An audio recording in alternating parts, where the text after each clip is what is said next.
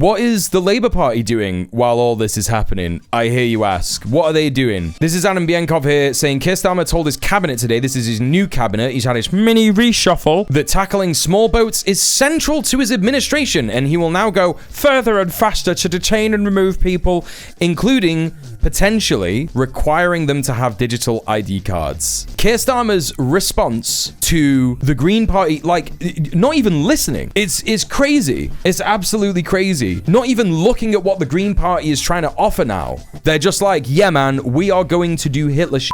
We're gonna do more Hitler shit.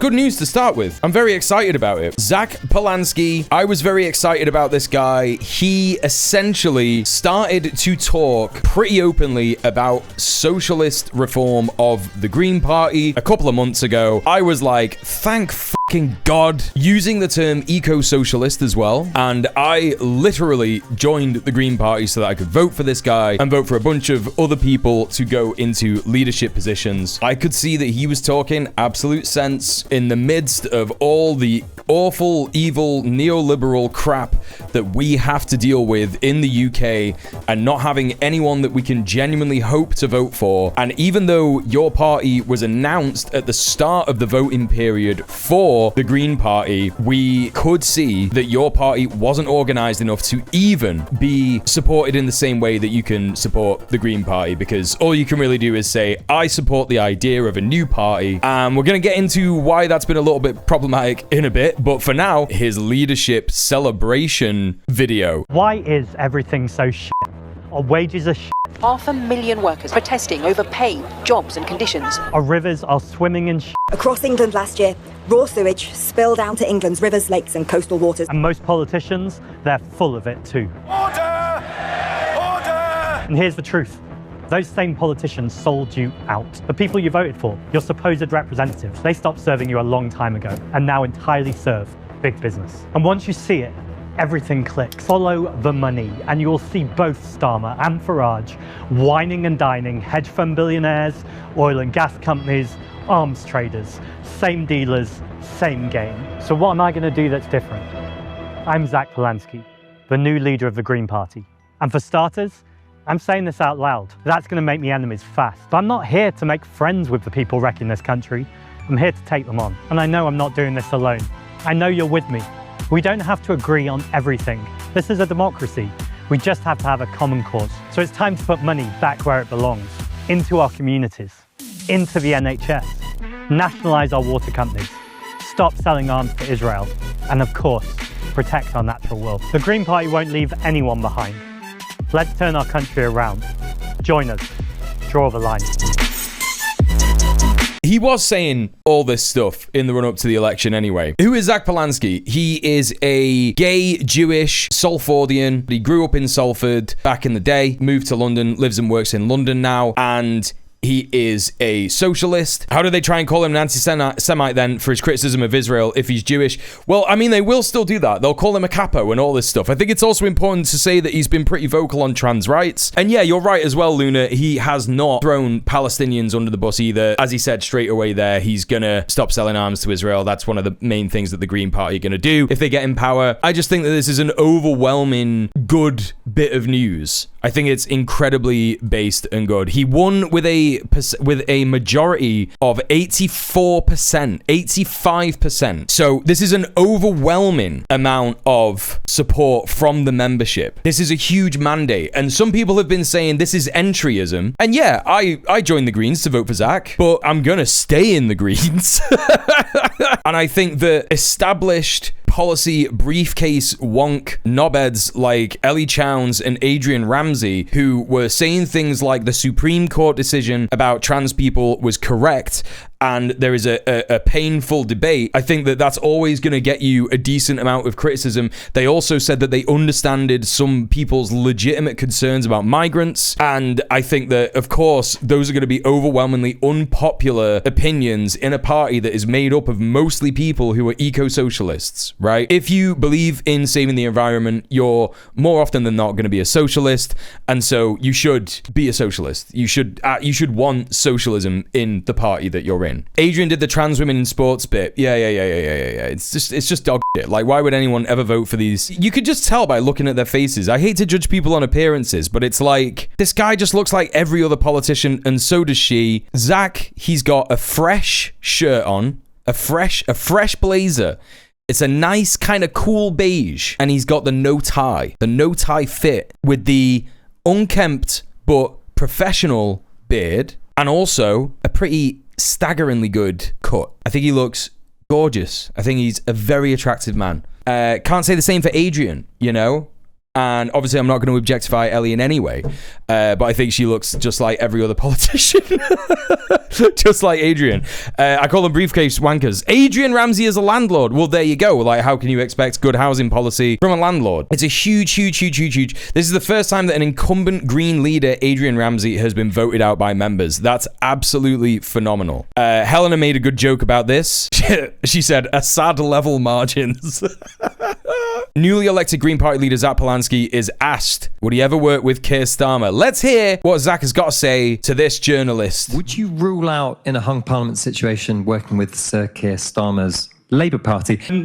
It would be wild to rule out working with anyone at this point, because I've only just been elected leader, and that's a decision that the membership will make. In Keir Starmer, we've seen someone who got elected on the coattails of Jeremy Corbyn, who made lots of promises to protect communities, to bring about a left-wing change in this country, to stand up for some of the poorest communities.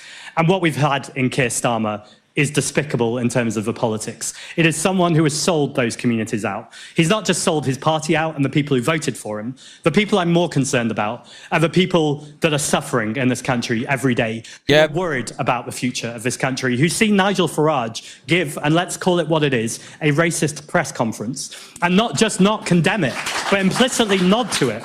So I can't imagine any scenario where I would want to work with Keir Starmer. And I think in a scenario where we were in a hung parliament and we got that many seats, I think it would be odd that if that many people had stopped voting Labour and switched to Green to then work with Keir Starmer. So I think you can clearly hear from my answer how I feel about that. That's just based as hell. They're done. Chat, Labour's done. It's over. After this election, there's no bringing them back. They will be relegated to Lib Dems' embarrassing shit.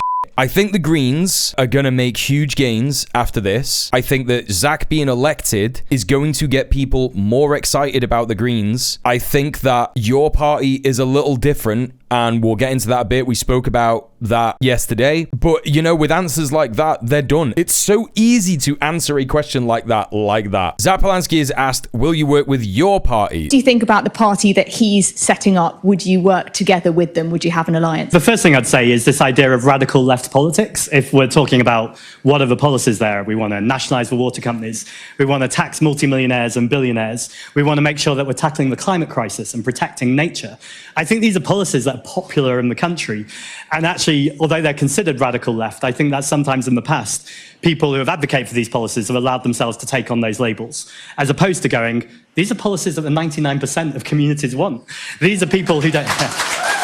These are the policies that people want, so we're not just surviving, but actually we're thriving, so that people can have jobs in the public sector that are paid properly, that they're given dignity, that they're given sick pay at work. Keir Starmer is failing so badly that not only is the Green Party massively surging to his left, a movement that doesn't even exist yet. We don't even know what their policies are. People are saying anything but that, anything but the old political system. It's too soon to talk about joining or electoral coalitions. I'm actually going to steal a line from John McDonnell. I'm being fair and crediting him rather than pretending it was my own original thought. He said he's not interested right now in electoral coalitions. He's interested in intellectual coalitions. And I think that's a really sharp phrase, because I know the MPs, in fact, anyone in the party, wants to work, and as they do in Parliament, with anyone who wants to challenge a failing Labour government and take on fascism and the far right. So I'm watching what's happening very closely, but my real focus and the party's focus right now is growing this party that nearly got 2 million votes, that has 39 second-place finishes. We're going to see more councillors and more MPs. The Green Party's moment is now. I think that that's a really normal view on your party, especially with what we're going to be talking about in a bit. Rivka Brown with this with this ridiculous joke here, but she is right. She is right in what she is saying. Sadly, I don't think Polanski's dictator-level results in the Green Party, it won't have any effect on the Labour Party. She's right, though. she is right. It won't force them to change policy. It's because they don't see the people Polanski is trying to appeal to as real people. It's some imaginary white guy in a flat cap in Clacton. The Labour Party, as I was talking about yesterday, they tried to do this super briefcase analysis mode, forensic analysis of the electorate, the working class electorate, and they were like, we lost the North Red Wall voters because they're all racist and they wanted more Brexit and more racism, so they were like, right, more of that. That doesn't exist. It's not like a real thing. The people in those areas, like the Red Wall is literally where I live. It starts here, you know what I mean? In Manchester, the Red Wall wants people to do social policy, socialist policy. We want people to reverse austerity. We want a government to, make people's fucking lives better. Rent controls. More social housing, more council housing, increase in wages, taxing billionaires, social programs for kids, social programs for people who are struggling with alcoholism and shit. You know what I mean? Embarrassing shit from the Labour Party in talking about this straight off the bat. So you've got Labour List here. If you want to know what Labour List is, it is the inside track on Labour Party news and debate. News, tip-offs, op-eds, or ideas to share, we're at mail@labourlist.org. Where they peddle false hope and pursue division through polarization, we must continue to deliver on credible policy commitments for everyone. Robert Knowles' leak of Hold Fast Labour. So what is Hold Fast Labour, chat? This is crazy, man. This is crazy. The Labour Party faces challenges across the country at both a local and national level from smaller parties. There are societal factors that push polarization in our nation's politics. These factors, combined with populist tactics used by smaller parties, will pull voters away from us and present a danger to the broad but shallow coalition that won us the 2024 general election. It is people who are like, we are going to go down with the ship. We're so fucking pudding-brained that we are going to go down with the ship. Did a crypto bro write this? That's what it feels like. That's what it feels like. Broad coalition. It was get the Tories out that put Keith in number 10. Yeah, literally. False hope is so telling. Like, they know that they provide no hope or optimism, so have to portray that of Polanski as deceitful. It's crazy. Ed Poole, who's an organizer in the Green Party that I've got to know a little bit over the last couple of months, says, Zack Polanski in his first speech as Green Party leader, my message to Labour is very clear. We're not here to be disappointed by you. We're not here to be concerned by you. We're here to replace you. Oh! Yes! Fucking yes! Green socialism! Newly elected deputy leader of the Green Party as well is Mothin Ali. Now, Mothin has got a strong socialist policy. He's an anti-racist. He was taking part in the counter demonstrations against the fascists in Leeds last year. However, I am incredibly annoyed with this man. He led me into a sense that he supports trans people during the leadership election, and as soon as the fucking voting closed, he decided to go all out in defending Adnan Hussain. Adnan Hussain, who we spoke about yesterday, he is one of the independent MPs who is helping organize your party. He said the TERF 14 words. He's also anti-abortion. He's also a landlord, and people are criticizing him for that. And Mothin Ali said, wow, these people are criticizing my friend, and it feels just like Zionists criticizing people who support Palestinians. And I was like, I didn't know that. He did seem the most sus among the candidates since he was the only one that didn't respond to LGBT Greens. He responded to a trans organizer in the Greens who said, do you believe trans women are women? He didn't say yes or no. He did this whole fluff. The thing that got me is that he said,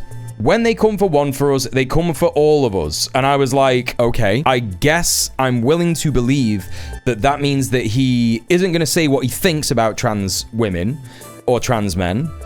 Or anyone trans, but he is going to be in solidarity with them nonetheless. And it's like, all right, it could be better. It sounds like he would stand in solidarity with them.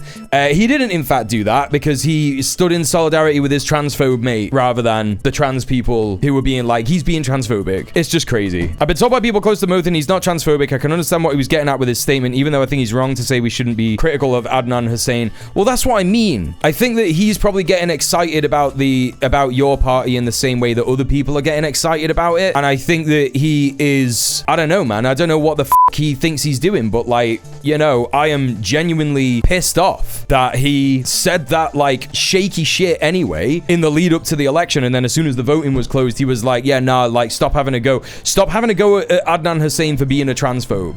Dog, bro, like, be better. Don't fucking defend transphobes. It's so easy, bro. Like, it's really fucking easy. And it makes me really worried about, like, if okay, like, you could be not transphobic, but are you pro-trans? Bare minimum, I don't hate trans people, but also, I don't know, stop having a go at my friend who's a transphobe is that's a pretty bad take, right? That sounds like you're running defense. I mean, it doesn't sound like it's like you are running defense for transphobes, comparing it to racism from Zionists, like comparing it to racism from Zionists, which is not true. So I think that is a really concerning thing. While I'm happy to believe that he is not transphobic, as in like doesn't say the T slur or doesn't tell trans people that they don't belong in society or whatever, I think that like in the same way that it's not good enough to just not be racist, it's also not good enough to just not be transphobic, right? When trans people are facing a literal gender apartheid in this country, not even facing it, like it is happening, I think that you have to be explicit in that you support them. Like they are the most vulnerable in our country alongside migrants, right? If people haven't seen this is what it is. I ratioed the shit out of him, by the way. I got twice as many likes as this. I wouldn't have voted for him if I'd have known he was going to run defense for a transphobe. I wouldn't have done it. J.K. Rowling said that she would defend trans people as well. Yeah, he can say what he likes. The proof will be in the pudding. We will see. A positive take is that no active TERFs won in any of the positions. Well, I hope that Mothin doesn't get worse. Genuinely, I don't, because if I could take my vote back, I would. That's how serious I am about this, and that's how much I am willing to fucking do shit for trans people in my life, in my community. There is another deputy leader who is Rachel Millward, who is apparently extremely solid on trans rights. So let's see what she's saying. I don't think this is about anything in particular. I just think this is about her winning the election. And to be in a room full of such inspiring people as well, absolutely wonderful. It definitely just feels like it's time. We need to unite against hate and division. We must defend nature. And we want to fill our communities with hope and show them there is a real alternative, and it's right here. And today just has such a buzz of this kind of launch of a new era for this party, and I have every confidence that we'll be hitting new heights. And as deputy leader, co-deputy leader, what does that mean now for you? What's your plans and what? Well, I see my role very much as having to equip the party to go on this journey.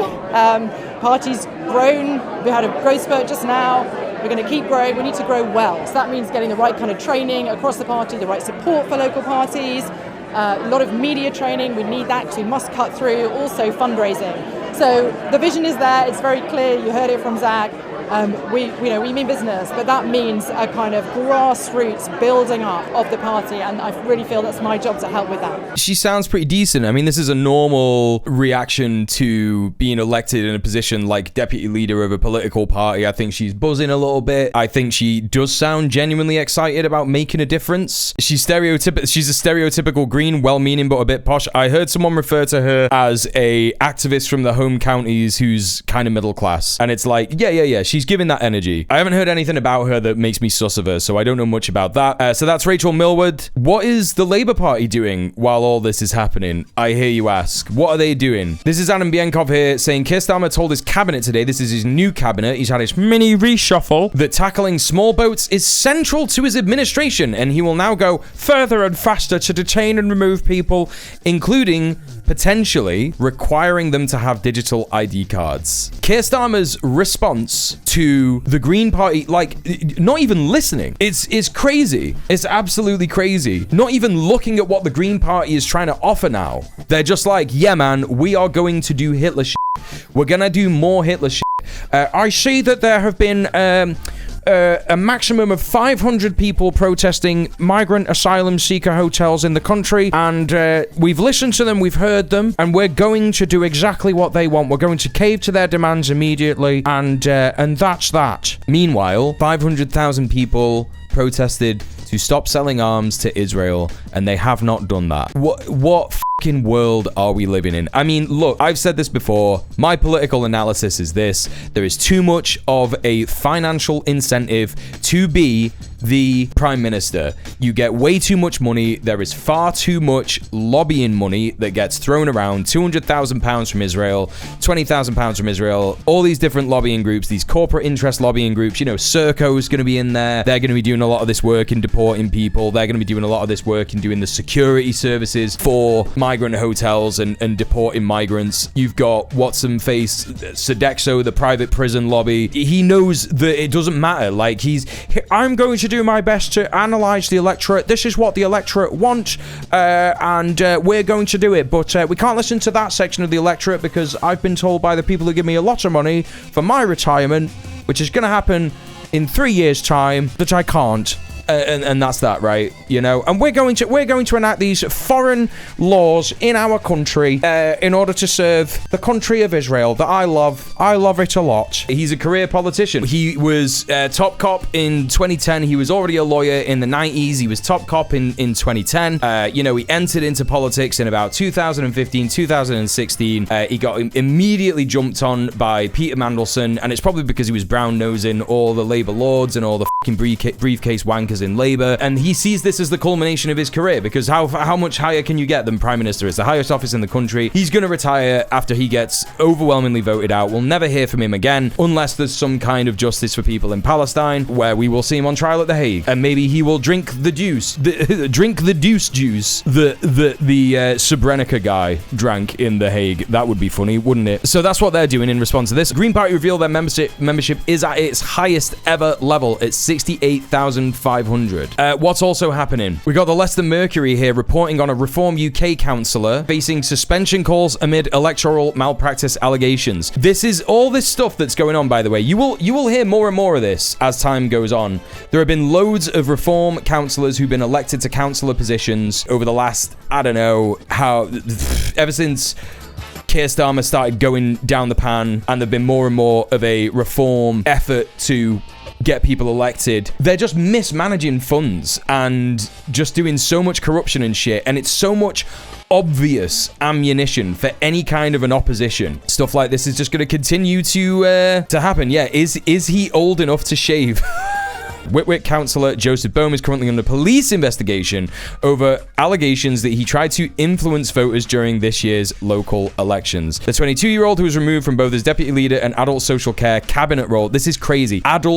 This guy was in charge of adult social care. This guy has killed grandmas and granddads without a shadow of a doubt. Yeah, he's absolutely going to be a groiper without a shadow of a doubt. Filmed in May this year, allegedly handing out ice creams from his family's van close to a polling station during Reform UK's local election campaign in northwest Leicestershire. If you're giving people free ice cream and saying, please vote for me, that is obvious electoral malpractice. Like, what the fuck is going on, man? That's crazy shit. When have you ever been to a polling station in your entire life, chat, and the person that you're voting for or any of the people that are on the ballot are actually there, like giving you things, giving you free things? It's mental. It's absolutely mental. What is the Labour Party doing amidst all of this? I hear you ask, chat. Well, here's Yvette Cooper, disgusting Zionist piece of shit, who is basically arresting so many people for holding signs while anti-migrant fascists are running riot in this country. She's doing nothing about it, is sat there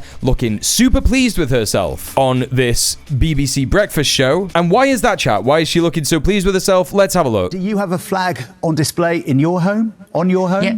We actually have Union Jack bunting on our garden shed at the moment. I've got St George's flags, I've got St George's bunting, I've got the Yorkshire Rose bunting as well. I've got Union Jack's flags and tablecloths. We've got the lot. This is Yvette Cooper's house.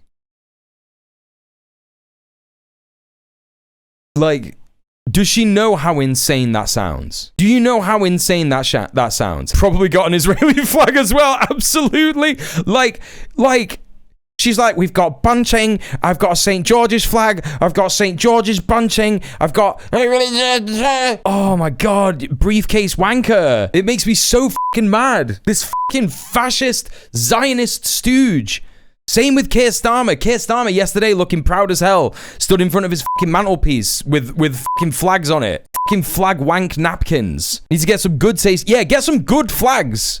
Get some good flags. Bunting is such an embarrassing British word, isn't it? I mean, it's probably not a British word. There's probably... But bunting, it's like, oh my fucking God, man. Get a grip. Get real. Be normal. Impossible. Be normal. British politicians, be normal challenge. Impossible. Difficulty level, impossible. Just one more flag, bro. Yeah, just one more flag. Trust me, bro. Just another line of bunting. How much lower can Labour sink on the cringeometer? Oh, don't you worry, Eric. This is Labour Press. Now, I don't think that they are a official account, but this is news apparently from the UK Labour Press Office. Meet Zack Polanski. This is the person who the Greens just elected as their new leader, right? And what they're referring to is in 2013, it's pretty funny this is pretty funny stuff. In 2013, Zack Polanski was a hypnotherapist who was saying that he can make your tits bigger using hypnotherapy. It's an extremely new approach, but I can see it becoming popular very quickly because it's so safe and a lot cheaper than a boob job. Now, people will be like, yeah, links to the Sun, post ignored. Exactly. Now, apparently this is true, but again, chat, you've got to remember, 2013. If you can point to the fact that this has any kind of bearing on his policy or his politics now, yeah, I will listen to you, but sorry if I don't care. Right? They really tried to dig deep to find that, right? It makes me like him even more. Exactly. I'm like, damn, this guy had like a silly little idiot phase. You know? Also, he's gay, right? So probably not gonna be... I mean, I'm not saying that gay men can't be misogynist. They absolutely can, but probably not going to be like weird about this, doing tit therapy hypnosis, you know? I think the best way to deal with this, if this ever becomes like a smear, he should release a video where he was like, and voting for me will make your boobs bigger, right? It would just be funny as fucking hell. Or even just refer to it in a passing way. Just be like, if you vote for me, despite what the Sun says, it won't make your boobs bigger, right? You know, just something like that. Yeah, I went to Zack Polanski and now my tits are huge. Thanks, Zack. Yeah.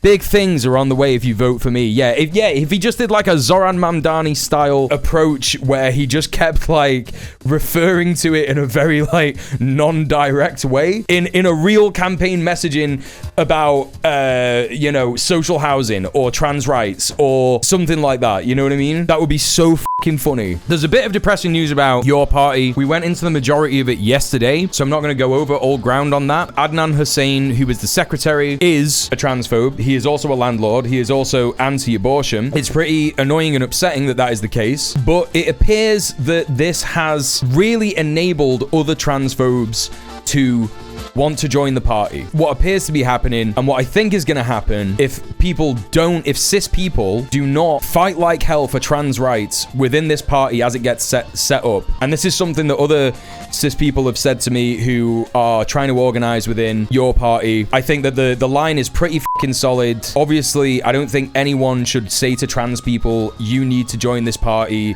to advocate for your own existence, because trans people are fucking exhausted right now. But I think cisgender people, if you give a shit about the trans people in your life and you want this party to not have transphobes in it, we should fight like hell to prevent that from happening. And I have already pledged to do that. I pledged to do that yesterday as soon as I heard about this fucking annoying and horrible news. But let's have a look at another fucking transphobe that has been attracted to your party by this obvious dog whistle, more like a dog horn. This guy is called Mark Savotka.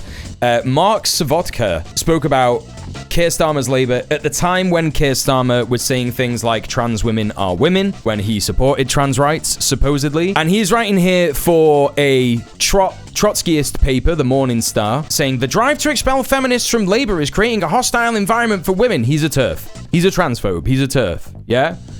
And this person is involved in the organising of your party conferences in Wales. His wife is literally one of the founding members of Woman's Place UK, which is a huge fucking TERF piece of shit hate group. And I'm gonna be honest, like, it is depressing, and I really do feel for trans people. Like, my desire to try and fight for trans rights within this party, within this new party, is obviously based around my love for trans people and like wanting to advocate for their rights for them. And the best thing that we can do is get to the founding conference and look at the avenues that are available for us to be able to actually vote on policy like has been promised to us. If that isn't the case, then it's pointless, because what is going to happen? They're going to get infiltrated by TERFs. The TERF lobby is going to be straight in there. J.K. Rowling's going to be giving them loads of money. I don't know, maybe she wouldn't, because she's a billionaire and they would stand against things that she loves. I don't know. But yeah, it has to stop. And if there is no way for us to do it within the party, then put all of your energy into the Greens. I think that is my advice. If anyone has any criticisms, any trans people in my audience who think that that's stupid, or I should just like, this is a stupid cis position, it's not one that I've reached on my own. I've spoken to my trans friends about it, and they seem to agree that that makes sense. Huge solidarity and love with the trans people in the UK at the minute, because, you know, I can imagine how this feels, seeing the new party have so much support behind it, and also see it potentially being a vehicle for TERFs to be in. So, you know, f*** that shit. But there you go. There is the news. That's the UK news.